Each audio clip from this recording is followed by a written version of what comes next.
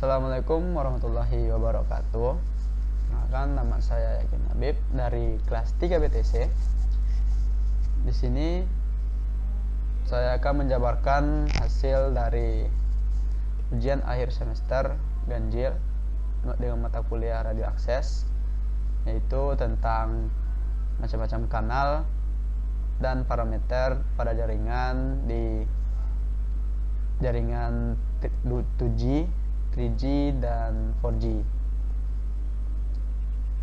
Yang pertama yaitu pada teknologi jaringan 2G. 2G sendiri merupakan teknologi jaringan seluler generasi kedua sebagai bentuk pengembangan dari teknologi sebelumnya yang masih menggunakan sistem analog seperti Advanced Mobile Phone System.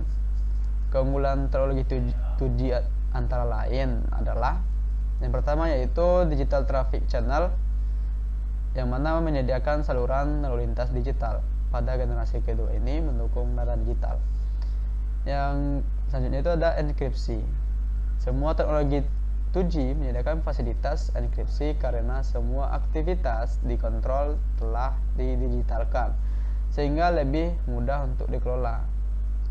Yang ketiga itu adanya deteksi dan koreksi error. Yang keempat, channel akses. Pada teknologi generasi kedua, setiap sel memiliki beragam channel. Setiap channel secara dinamis dibagi dengan sejumlah pengguna, dapat menggunakan time division multiple access ataupun TDMA atau code division multiple access atau CDMA.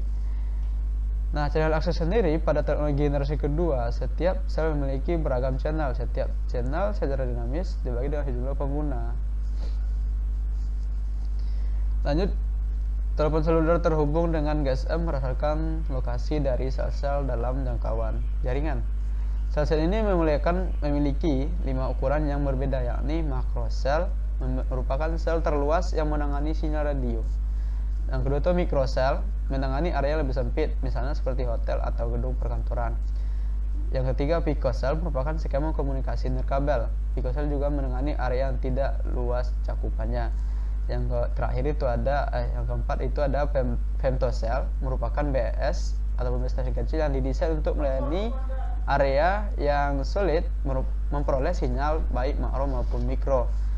Femtosel terkoneksi dengan menggunakan teknologi DSL.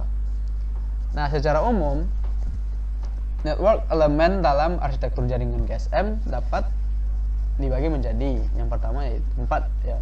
Yang pertama yaitu mobile station, yang kedua base station system, yang ketiga network subsystem, dan terakhir itu ada operation and support system.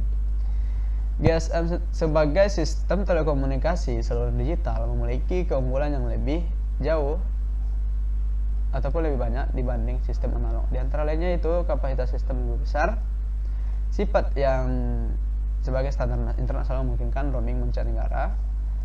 Dengan teknologi digital tidak hanya mengantarkan suara, tapi memungkinkan servis lainnya seperti teks, gambar, dan video.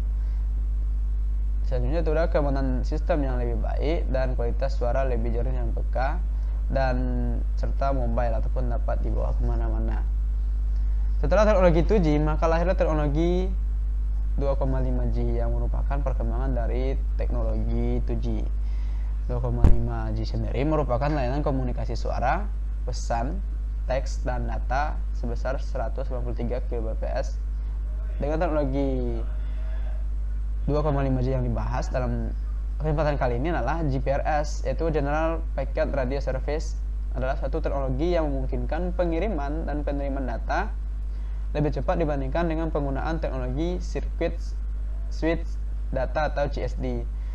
GPRS dapat digunakan untuk transfer data yang berkaitan dengan email, data gambar, wireless application protocol, dan World Wide Web. GPRS merupakan sistem transmisi berbasis paket untuk GSM yang menggunakan prinsip tunneling. Ia menawarkan laju data yang lebih tinggi. Masuk ke dalam teknologi 3G. Teknologi 3G sendiri itu teknologi GSM yang memungkinkan untuk mentransfer data melalui jaringan menggunakan model sirkuit. Teknologi 3G hadir untuk meningkatkan kemampuan transfer data menggunakan model paket switches dengan tujuan untuk efisiensi meningkatkan bandwidth. 3G sendiri juga dikenal dengan istilah ataupun sebutan IMT 2000 ataupun International Telecommunication Union pada tahun 1999 telah mengeluarkan standar yang dikenal sebagai IMT 2000 ataupun International Mobile Telecommunication 2000 yang meliputi GSM, 8G, UMTS, CDMA, DEC, dan WiMAX, di mana 3G berada di bawah standar IMT 2000 tersebut. Secara umum, ITU sebagaimana dikutip oleh FCC mendefinisikan 3G sebagai sebuah solusi nirkabel yang memberikan kecepatan akses sebesar 128 kbps untuk kondisi bergerak cepat atau menggunakan kendaraan, sebesar 384 untuk mobilitas, paling sedikit sebesar 2 Mbps untuk kondisi statik atau pengguna stasioner. Penggunaan general paket radio service dapat mencapai 114 kbps, dan 3G sendiri memiliki karakteristik yaitu teknologi ini menggunakan TDMA dan CDMA dengan tambahan beberapa layanan seperti mobile television, GPS, dan video conference. Sedangkan ciri dasar dari teknologi 3G adalah rating kecepatan data yang cepat. Teknologi 3G lebih fleksibel karena mendukung 5 teknologi radio, yakni TDMA, menangani IMT DS, Direct Spread, IMT Multi-Carrier. Dan selanjutnya masuk ke CDMA 2000. CDMA 2000 disetujui oleh organisasi 3GP. CDMA gabungan dari IS 95B menyediakan akses tak terbatas pada IMT 2000.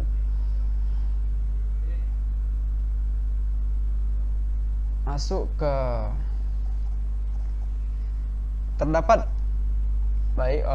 banyak teknologi 3G saat ini seperti WCDMA, GSM-G, UMTS, DEC, WiMAX, dan CDMA 2000.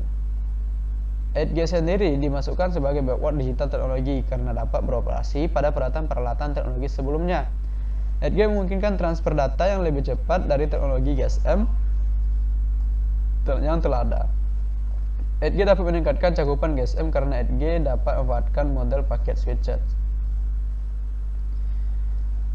Nah, di Digital and Cordless Telecommunication adalah teknologi 3G lain yang dikembangkan oleh European Telecommunication Standard Institute, namun saat ini berkembang dan populer beberapa negara di luar Eropa.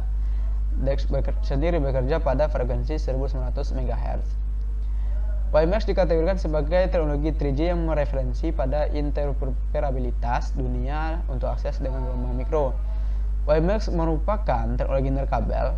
Nama WiMAX sendiri diberikan oleh WiMAX Forum. Teknologi ini menggantikan kabel dengan kecepatan yang disediakan adalah 10 Mbps.